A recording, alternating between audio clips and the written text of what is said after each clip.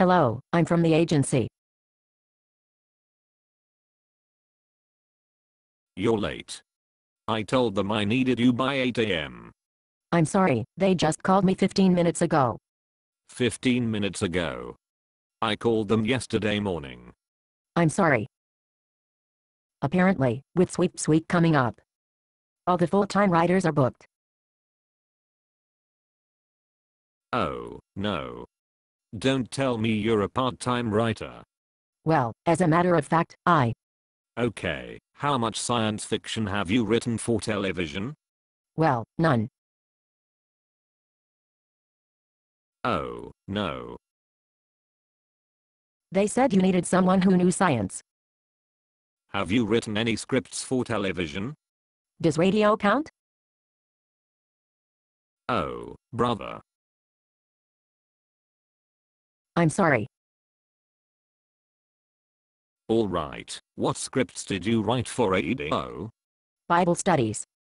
Bible studies? I thought you knew science. I do.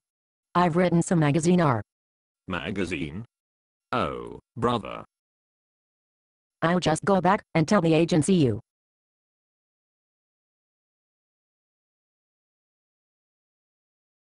No. No. No, they've obviously scraped the bottom of the barrel.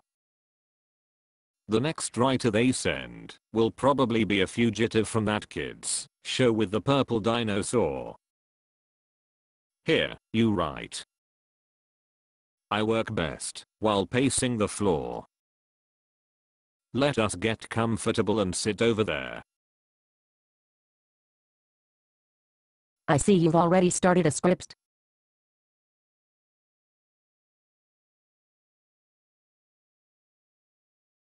It isn't like I haven't had time. I'm sorry.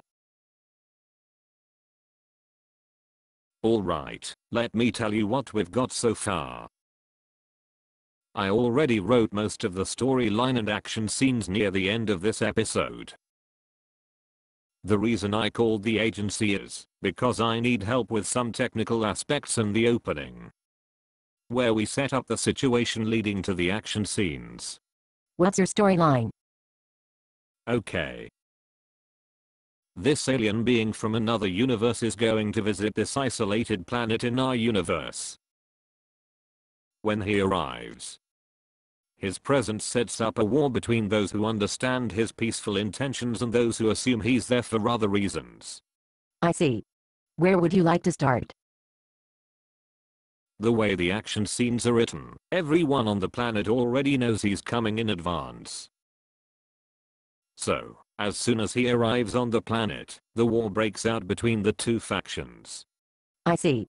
But how do the locals know he's coming? That's what I'm hoping you could tell me.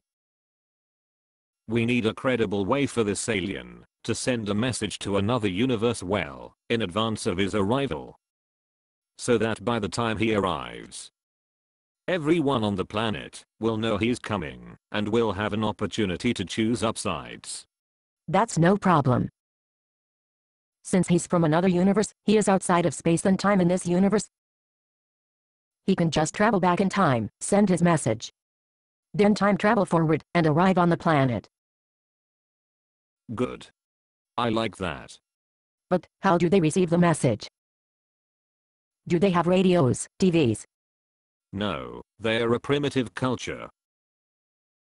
I was thinking in terms of a message chisel in a big monolith like 2001: A Space Odyssey. I don't recommend that. Why not? First of all, if the alien's enemies don't like the message, they could destroy the monolith, removing all traces of the message.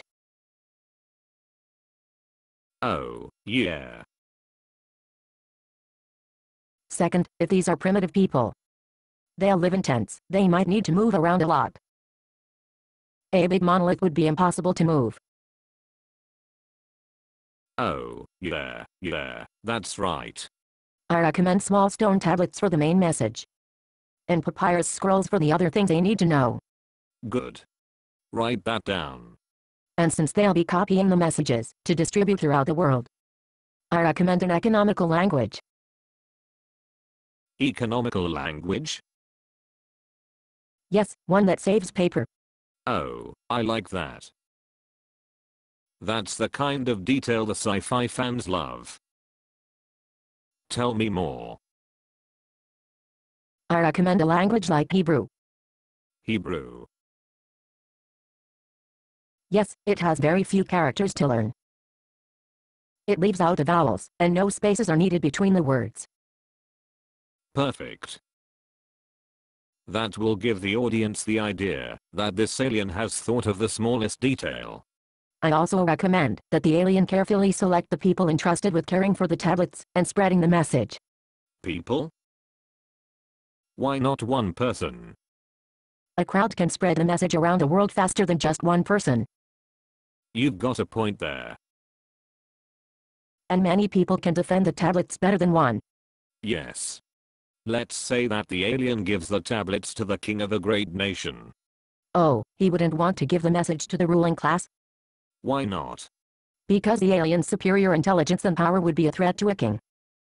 Yes, that's right. Who then? Slaves. Slaves? A nation of slaves. First, the alien frees the slaves by miraculous means, to let them know how powerful he is. Oh, I like that. Write that down. Freeing the slaves makes them grateful and loyal. And humble. They know that without the alien, they'll end up in captivity again.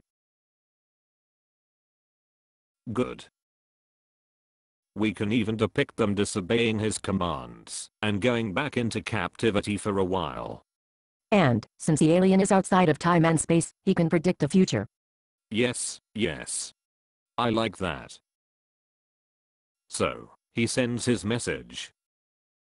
Just for safekeeping, and so everyone knows the stone tablets are valuable. The slaves should make a gold box to store the stone tablets in. Good. Write that down. With a heavy solid gold lid, so no one could ever open the box by mistake. Are you sure you haven't written science fiction before? Mostly Bible studies. Okay, let's see what we've got so far. The alien chooses some reliable people. He's delivered his message to them on stone tablets. What if some powerful king hears about the whole thing and decides to go to war and kill off the good guys? What if several kings join forces against the slave nation? Supernatural protection. Since the alien is outside of space and time, he can time travel back to the ancestor of the slaves to predict the exact names of some of the people who will support and oppose the slaves. Oh, you are good. You've just given me the possibility for a couple more action sequences. We can also depict the alien winning their battles for them through supernatural means. With 100-pound hailstones from the sky. You are really good. Write that down. Okay, just one more problem. What's that? I've got no ending. At final battle, the alien steps in and destroys the enemy. But what happens then? How about if the alien takes all his loyal friends back with him to the other universe? Yes. I like it. I like it a lot. Say, listen, I'm sorry I yelled at you when you came in. Forget it. You were under a lot of pressure. Sweeps week is coming up. Shall we go back now and start writing the dialogue? Listen, I've been working since 6 o'clock this morning. Let me buy you a cup of coffee. Oh, okay, sure. So, tell me about those Bible studies you wrote. I just did. Based on a play by Bob Snook. Conditions for use. Do not sell any part of this script, even if you rewrite it. Pay no royalties, even if you make money from performances. You may reproduce and distribute this script freely, but all copies must contain this copyright statement.